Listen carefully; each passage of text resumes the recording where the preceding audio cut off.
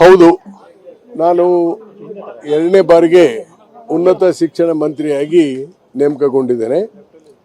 ಈ ಹಿಂದೆ 2016ರಿಂದ 18ರವರೆಗೆ ಸನ್ಮಾನ್ಯ ಸಿದ್ದರಾಮಯ್ಯನವರ ಸರ್ಕಾರದಲ್ಲಿ 2 ವರ್ಷಗಳ ಕಾಲ ಈ ಹುದ್ದೆಯಲ್ಲಿ ಮಂತ್ರಿಯಾಗಿ ಕೆಲಸ ಮಾಡಿದ್ದೇನೆ.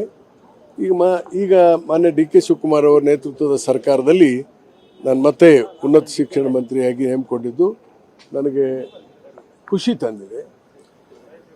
ಉನ್ನತ ಶಿಕ್ಷಣ ಇಲಾಖೆಯಲ್ಲಿ ಭಾಳಷ್ಟು ಕೆಲಸಗಳನ್ನು, ಜನಪರವಾದಂಥ ಕೆಲಸಗಳನ್ನು ಮಾಡೋದು ಸಾಕಷ್ಟಿದೆ.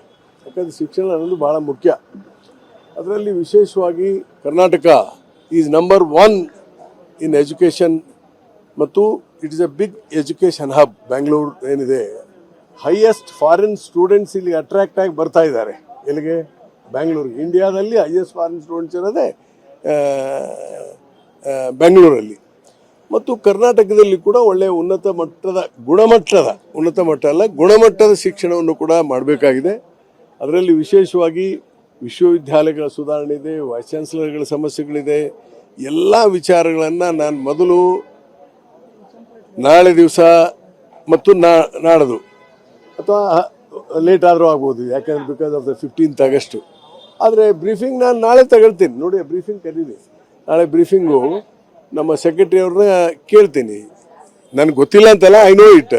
ನಾನೇ ಚೀಫ್ ಮಿನಿಸ್ಟರ್ ಫೈನಾನ್ಷಿಯಲ್ ಅಡ್ವೈಸರಿಂದ ಏನೇನು ಮಾಡಿದ್ದೀವಿ ಅಂತ ಗೊತ್ತಿದೆ. ಬಟ್ ಅಫಿಷಿಯಲಿ ತಗೊಂಡು ನಾನು ಏನೇನು ನೋಡಬೇಕು, ಏನು ಸಮಸ್ಯೆಗಳಿದ್ದಾವೆ, pro cons everything I will get it brief by secretary higher education.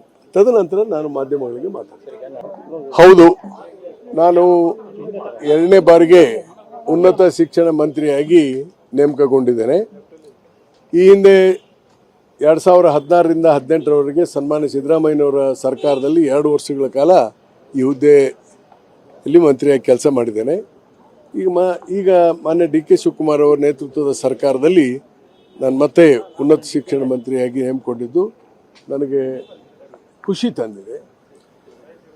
ಉನ್ನತ ಶಿಕ್ಷಣ ಇಲಾಖೆಯಲ್ಲಿ ಭಾಳಷ್ಟು ಕೆಲಸಗಳನ್ನು, ಜನಪರವಾದಂಥ ಕೆಲಸಗಳನ್ನು ಮಾಡೋದು ಸಾಕಷ್ಟಿದೆ. ಯಾಕಂದರೆ ಶಿಕ್ಷಣ ಅನ್ನೋದು ಭಾಳ ಮುಖ್ಯ. ಅದರಲ್ಲಿ ವಿಶೇಷವಾಗಿ Karnataka is number 1 in education ಮತ್ತು it is a big education hub. Bangalore ಏನಿದೆ, ಹೈಯೆಸ್ಟ್ ಫಾರಿನ್ ಸ್ಟೂಡೆಂಟ್ಸ್ ಇಲ್ಲಿ ಅಟ್ರಾಕ್ಟ್ ಆಗಿ ಬರ್ತಾ ಇದ್ದಾರೆ. ಎಲ್ಲಿಗೆ? ಬ್ಯಾಂಗ್ಳೂರು. ಇಂಡಿಯಾದಲ್ಲಿ ಹೈಯೆಸ್ಟ್ ಫಾರಿನ್ ಸ್ಟೂಡೆಂಟ್ಸ್ ಇರೋದೇ ಬೆಂಗಳೂರಲ್ಲಿ. ಮತ್ತು ಕರ್ನಾಟಕದಲ್ಲಿ ಕೂಡ ಒಳ್ಳೆಯ ಗುಣಮಟ್ಟದ ಶಿಕ್ಷಣವನ್ನು ಕೂಡ ಮಾಡಬೇಕಾಗಿದೆ. ಅದರಲ್ಲಿ ವಿಶೇಷವಾಗಿ ವಿಶ್ವವಿದ್ಯಾಲಯಗಳ ಸುಧಾರಣೆ ಇದೆ, ವೈಸ್ ಚಾನ್ಸಲರ್ಗಳ ಸಮಸ್ಯೆಗಳಿದೆ.